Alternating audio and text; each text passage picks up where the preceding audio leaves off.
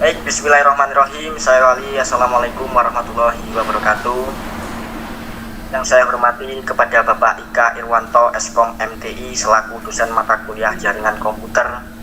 Dan yang saya hormati kepada rekan-rekan dan teman-temanku sekalian. Di sini kami dari kelompok ada Mas Jeng Sutomo, kemudian Mbak Khairotunisa, ada juga Muhammad Mujibur Rahman, kemudian saya sendiri Jaka Satria, dan ada juga Rio Indrawan, kemudian ada Rifai. Baik, di kesempatan kali ini izinkan kami untuk menyampaikan sedikit materi mengenai konsep OSI layar pada jaringan komputer yang akan disampaikan oleh Mas Mujibur Rahman dan Mbak Khairotunisa dan Mas Rifai sama Mas Jayeng Sutomo. Baik, gak usah basa-basi, langsung saja kita lempar ke Mas Muhammad Mujibur Rahman. Silahkan Mas Muhammad untuk menyampaikan materi berkaitan dengan konsep layar OSI. Terima kasih untuk waktunya. Kami awali. Assalamualaikum warahmatullahi wabarakatuh.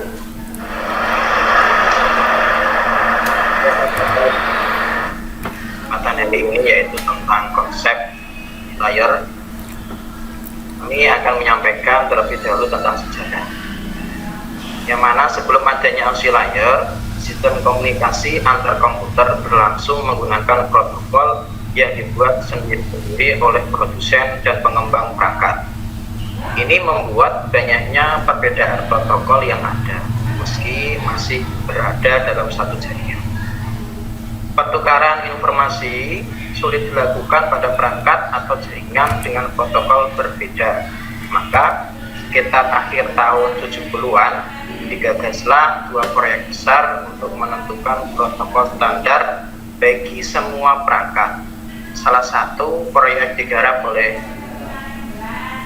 ISO, sementara CCITT, Komisi Konsultan Komunikasi dari Prancis, mengerjakan penyusunan model lainnya.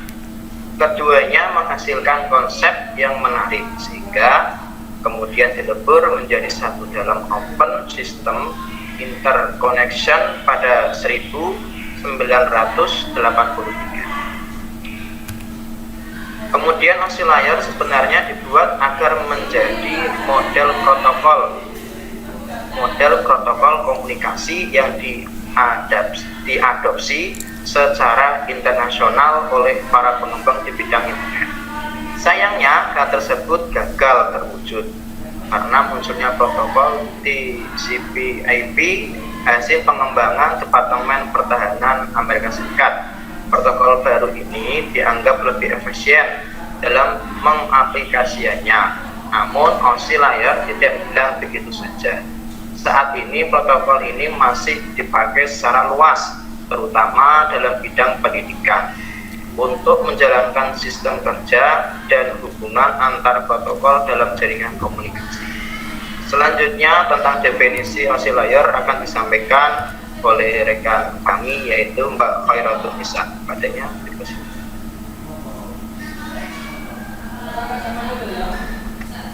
definisi OSI layar.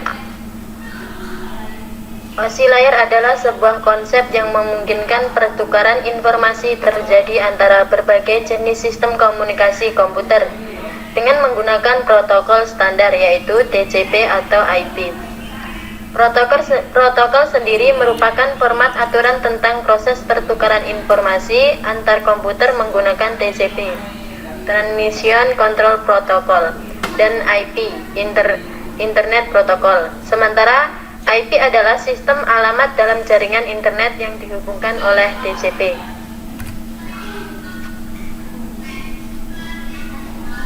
Satu, application. Tahap ini berhubungan langsung dengan pengguna.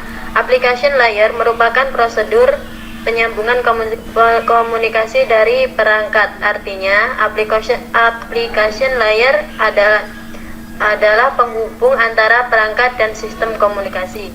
Contohnya, saat mengirim surel, program email seperti Gmail akan memulai komunikasi dengan jaringan sebelum pesan bisa dikirim. Disinilah application layer berlangsung melibatkan protokol HTTP, SMTP, FTP, dan Telnet. 2. Presentation. Presentation layer bertanggung jawab untuk mempersiapkan data agar bisa digunakan dengan program tertentu, atau dengan kata lain mempresentasikan data agar program tersebut dapat menyerap, mengakses, dan menggunakannya. Presentation layer berperan sebagai penerjemah bahasa komunikasi yang berbeda antara dua perangkat komputer, melakukan enskripsi data dan perangkat sumber, lalu mendeskripsikannya pada perangkat penerima.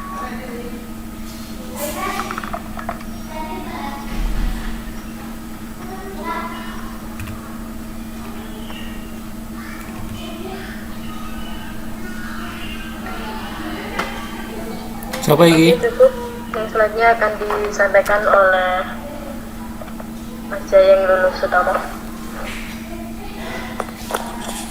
Oke, langsung saja. Session yaitu durasi waktu yang diperlukan untuk berkomunikasi disebut session atau sesi.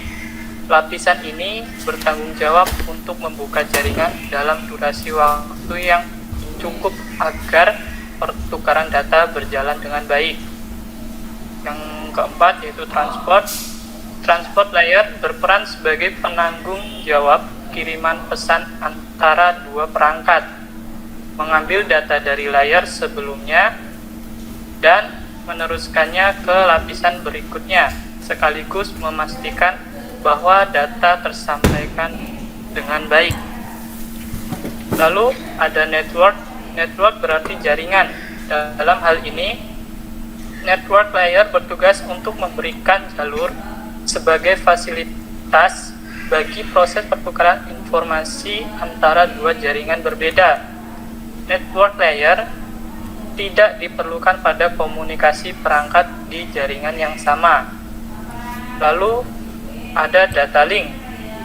Jika network layer adalah penyalur informasi antar jaringan, data link merupakan pemberi jalur komunikasi di dalam jaringan yang sama.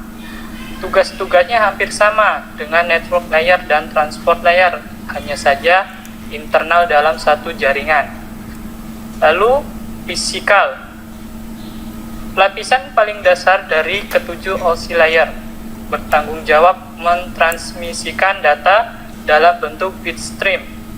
Physical layer mencakup segala peranti pertukaran informasi yang dimiliki oleh dua perangkat yang melakukannya, termasuk kabel dan tombol-tombol. Bitstream bisa dikatakan sebagai data digital, bentuknya tak kasat mata dan berurutan melalui alur tertentu yang bisa ditransmisikan melalui media fisik. Contohnya data digital seperti tegangan listrik, frekuensi radio, frekuensi internet, cahaya, dan lain-lain. Baik, mungkin materi selanjutnya akan disampaikan oleh Kak Rifai.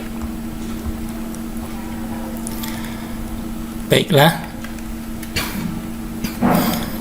Selanjutnya cara kerja OSI layer.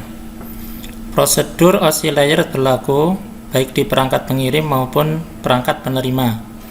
Artinya, data dari perangkat pengirim akan melewati layer 1 sampai 7. Sebelum sampai ke perangkat penerima, data tersebut masih harus melewati 7 layer yang sama, tetapi urutannya terbalik. Suatu ketika Anda menggunakan aplikasi pengolahan pesan untuk mengirim surel kepada adik. Selesai mengetik, Anda menekan tombol kirim. Lalu aplikasi pengolah pesan akan memanggil application layer untuk memilih protokol, dalam hal ini SMPT, untuk menyampaikan data yang telah dikirim. Nah, lebih jelasnya kita bisa lihat pada gambar pada slide berikutnya. Nah, bisa diperhatikan di sini cara kerja OSI layer. Jadi dari komputer pengirim data, maka dia akan masuk ke layer 1 yaitu application, kemudian presentation, session, transport, network, data link, kemudian physical. Nah, pada komputer penerima dia akan urutannya terbalik dari physical, data link, network, transport, session, presentation, dan application. Itu adalah cara kerja OC layer. Kepada moderator, saya kembalikan. Terima kasih untuk rekan-rekanku yang sudah menyampaikan materi berkaitan dengan OC layer. Itu saja yang dapat kami sampaikan mengenai 7 layer OC. Dan terima kasih untuk rekan-rekanku yang sudah mendengarkan. Kurang lebihnya materi ini kami mohon maaf, dan jika ada kesalahan kata maupun ucapan maupun tulisan, kami mohon maaf sebesar-besarnya. Saya akhiri, wassalamualaikum warahmatullahi wabarakatuh. Waalaikumsalam.